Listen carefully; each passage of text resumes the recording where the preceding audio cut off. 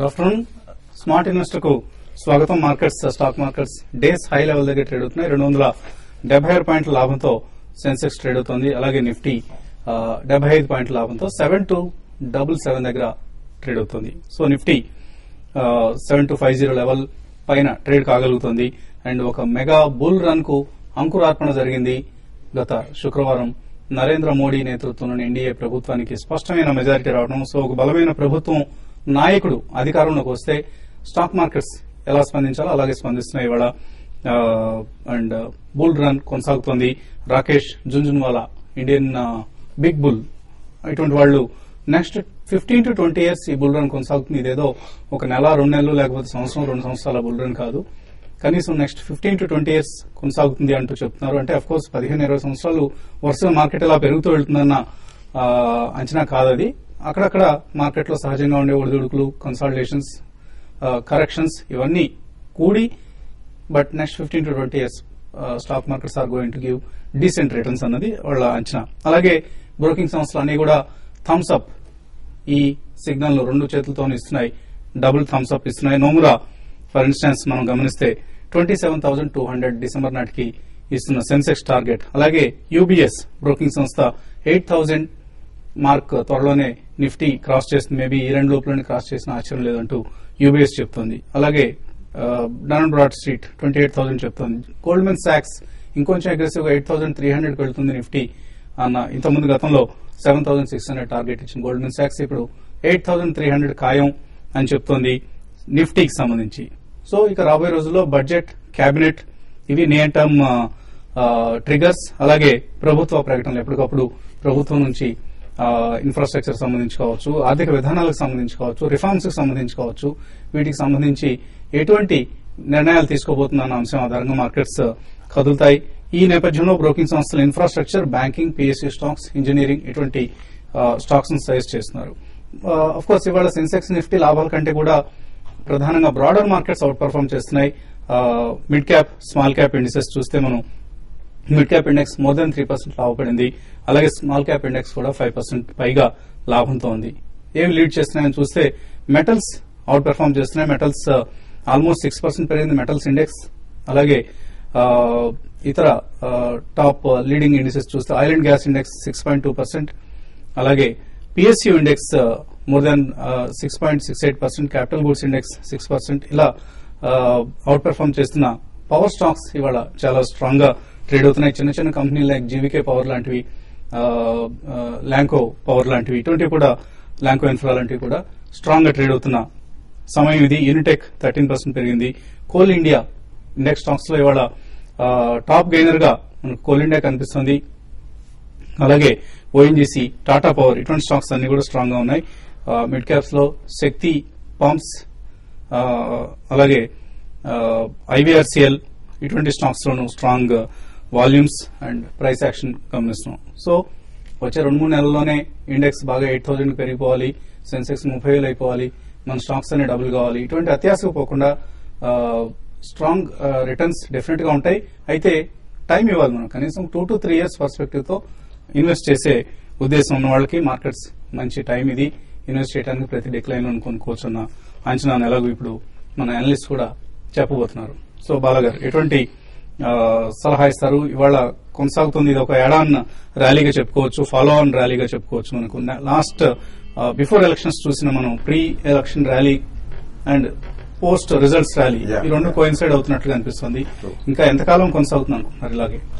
Basically I think this is again euphoria అండి. కానీ మనం యాక్చువల్లీ ఎకానమీ పరంగా చూసుకుంటే మాత్రం I think now we should really concentrate on broad based rally. ఎందుకంటే మనకి సైక్లికల్ ఇంబ్యాలెన్సెస్ నుంచి I think we are moving over to structural bull run. కాబట్టి బ్రాడ్ బేస్డ్ ర్యాలీ ఉంటుంది ఇక ముందర. So first euphoria and followed by hysteria because of the election result which was absolutely positive. అది జరుగుతోందండి. ఇంకా probably a few more trading sessions లో మనకి చిన్న చిన్న కరెక్షన్స్ అనేది తప్ప, బట్ ప్రైస్ డిస్కవరీ అనేది డెఫినెట్లీ మనకి క్యాబినెట్ ఫార్మేషన్ అయిన తర్వాత కొంచెం ఎక్కడైతే స్టెబిలిటీ కనిపిస్తుందో అప్పుడు you can definitely take a call on all the beaten down sectors. అంటే గత 2-3 years లో పర్ఫార్మ్ చేయనివన్నీ కూడా స్ట్రక్చరల్ గ్రోత్ అహెడ్ ఉంది కాబట్టి I think most of the sectors will do very well. కానీ you have to be extremely cautious అండి. Structurally మనకి bull run వస్తుంది కాబట్టి never choose a penny stock at this stage. అంటే ఒకవేళ ఎవరైనా కంపల్సివ్ ట్రేడర్స్ ఉంటే వాళ్ళు తీసుకోవచ్చు కానీ but definitely I think one should go with reasonably good stocks అండి which have been undervalued. అంటే పెన్నీ స్టాక్స్ అంటే there are lot of stocks అండి, hundreds and thousands of stocks which have not perform in the last 2-3 years. అటువంటి they will come back in to the fore. కాబట్టి definitely relatively clean up balance sheets ఉన్నాయి ఏ sector లో అయినా కానివ్వండి, except a penny stock which is just moving because of sentiment. అటువంటి పక్కన పెడితే అండర్ వాల్యూడ్ స్టాక్స్ మీకు ఆల్మోస్ట్ అన్ని సెక్టర్స్ లో ఉన్నాయి. Right from capital goods to banks to private sector banks చాలా ఫాస్ట్ గా మూవ్ అయిపోయినాయి, but still they have a long way to go. కాబట్టి public sector banks, all public sector undertakings across the board, all public sector undertakings and housing finance companies, realty companies, infrastructure companies, capital goods, electrical equipment suppliers and auto ancillaries, ఇటువంటివన్నీ కూడా definitely they will take a very strong run going forward. ఇది పక్కన పెడితే మనకి rupee dollar correction అవుతుంది కాబట్టి information technology and pharmaceuticals have taken a back seat. And definitely last 2-3 years లో absolute performance మనం ఆ రెండు సెక్టర్స్ లో చూసాం. అండ్ ఎఫ్ఎంసీజీ లాస్ట్ 6 months బ్యాకే కొద్దిగా it has taken a pause. So అటువంటి కూడా definitely nothing to worry about అండి. Let the correction B over. It may take a few more trading sessions or maybe 1 or 2 quarters లో కొంచెం మనకి rupee dollar parity ఎక్కడైతే cost stability కనిపిస్తుందో definitely they will come back in to fore. ఎందుకంటే pharmaceuticals and information technology కూడా they are sustainable businesses over a longer period of time. And ఇండియాకి చూసుకుంటే structurally or sectorally మనకి ఈ రెండింటి కూడా we have a huge moat. So ఈ రెండు కారణాల మూలన అవి let them take a back seat for a few more trading sessions. తర్వాత అందులో కూడా ఎక్సలెంట్ ఆపర్చునిటీస్ వస్తాయి. ఈ లోపల మాత్రం ఇందాక మీరు చెప్పినట్టు it's going to be a structural bull run from cyclical imbalances correction. So one should definitely use the opportunity అండి. And please go ahead and start investing right from day 1. మనం మొన్న కూడా చెప్పడం జరిగింది. అండ్ ఇప్పటికి కూడా చాలా మంది I think they should straight away start SIPs in most of the mutual funds అండి, because over the next 2-3-5 years also they will make excellent money. So IT stocks rupee almost 11 months హైని touch చేసింది. IT stocks ఈ నేపథ్యంలో exports మీద depend అయిన IT stocks all including large caps and mid caps IT stocks లో నష్టాలు చవి చూస్తున్నాయి. బట్ ఫార్మాలో ఇంత లూజింగ్ ట్రెండ్ కనపట్లేదు. ఫార్మా కొంత మిక్స్డ్ గా కనిపిస్తుంది. సో ఈ టైంలో బ్యాంక్ నిఫ్టీ ఆల్మోస్ట్ 370 points పెరిగింది. బ్యాంక్ నిఫ్టీ బ్యాంక్స్ స్ట్రాంగ్ గా ఉన్నాయి, ఐటీ వీక్ గా ఉంది.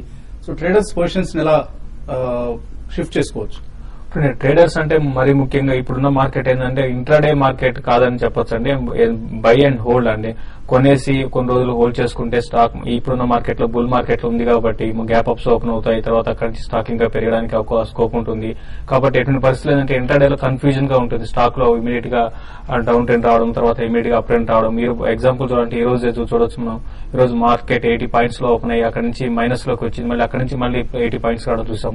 సో ఈ వోలటాలిటీ అనేది ఉంటుంది కాబట్టి దీన్ని దృష్టిలో పెట్టుకుని ఎవరైతే ట్రేడింగ్ చేసుకునే వాళ్ళు కూడా పొజిషన్ తీసుకొని హోల్డ్ చేసుకొని కొంచెం ఓపిక్ గా హోల్డ్ చేసుకుంటే ఒక ఫ్యూ వీక్స్ కానీ ఫ్యూ డేస్ కానీ హోల్డ్ చేసుకుంటే డెఫినెట్ గా మంచి ప్రాఫిట్స్ రావచ్చు. ఎందుకంటే opening gap opening 3 to 4% stock లో అప్ ట్రెండ్ అనేది మనకు కనబడుతుంది. కాబట్టి ఆ విధంగా చేసుకోమని చెప్తాను. ఇంకా మనకి ఐటీ సెక్టర్ విషయానికి వస్తే ఈవెన్ మార్కెట్ ఎంత అప్ ట్రెండ్ లో ఉన్నా కూడా మనం చూస్తున్నాం ఐటీ ఒకటి ట్రాక్ చేస్తుంది. కాబట్టి ఐటీ స్టాక్స్ లో మాత్రం కొంచెం లాంగ్ పొజిషన్స్ ని అవాయిడ్ చేయండి. ఈవెన్ ఫార్మా స్టాక్స్ లో కూడా లాంగ్ పొజిషన్స్ మార్నింగ్ కూడా చెప్పడం జరిగింది. ఇవి కాకుండా మిగతా అన్ని స్టాక్స్ అన్ని సెక్టర్లు బాగా చాలా అప్ ట్రెండ్ ఉన్నాయి.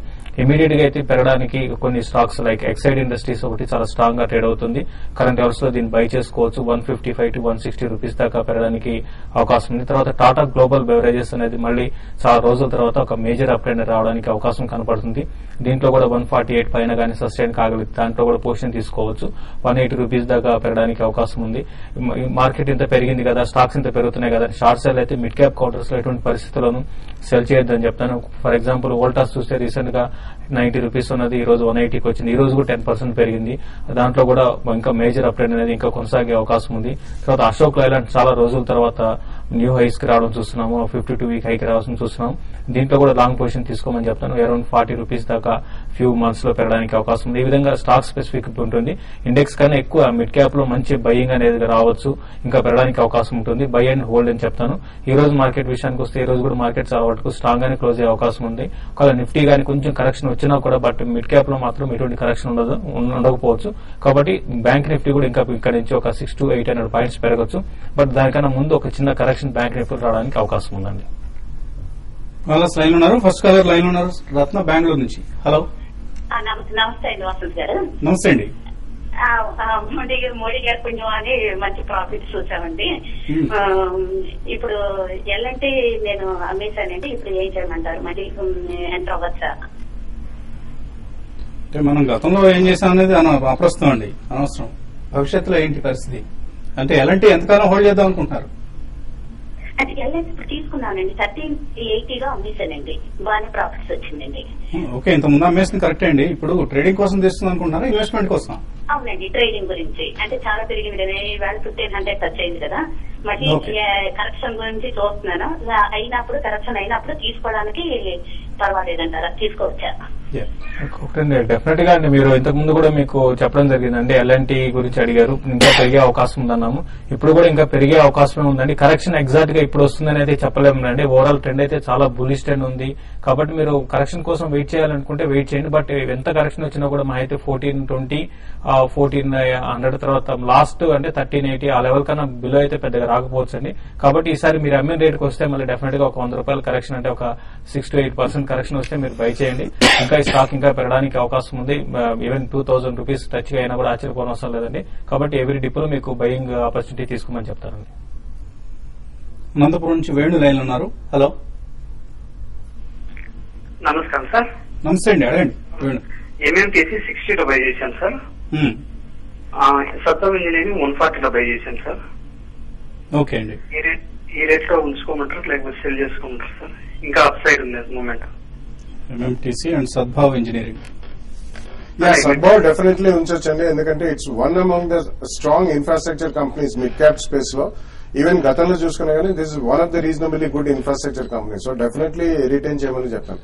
ఎంఎంటీసీ మీరు ఒకవేళ ప్రాఫిట్స్ లో ఉంటే కరెంట్లీ మాత్రం ఉంచండి. సెంటిమెంట్ పరంగా all PSU stocks are moving up కాబట్టి రైట్ ద బుల్ రన్ అండి. బట్ ఫండమెంటలీ చూసుకుంటే ఎంఎంటీసీతో కంపేర్ చేసుకుంటే there are other counters. So ఈ వేవ్ ఎక్కడి దాకా వెళ్తుందో మీరు ట్రైలింగ్ స్టాప్ లాస్ పెట్టుకుని ఎంఎంటీసీ మాత్రం డెఫినెట్లీ ఉంచండి. Maybe around next week 10 days తర్వాత కొంచెం ఎంఎంటీసీలో ప్రాఫిట్ బుక్ చేయండి. సద్భావ్ మాత్రం definitely it's a hold currently అని చెప్పొచ్చు. మరిన్ని కాల్స్ తీసుకోబోయే ముందు కాసేపు ప్రకటనలు.